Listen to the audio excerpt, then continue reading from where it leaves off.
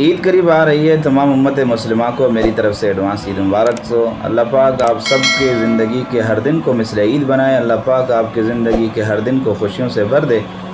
عید کی نماز اکثر ساتھیوں کو پتہ نہیں ہوتا، تو ساتھی ادھر ادھر دیکھ کر کہ دوسرے کس طرح نماز پڑھتے ہیں تو ان کو دیکھ کر یہ نماز پڑھتے ہیں۔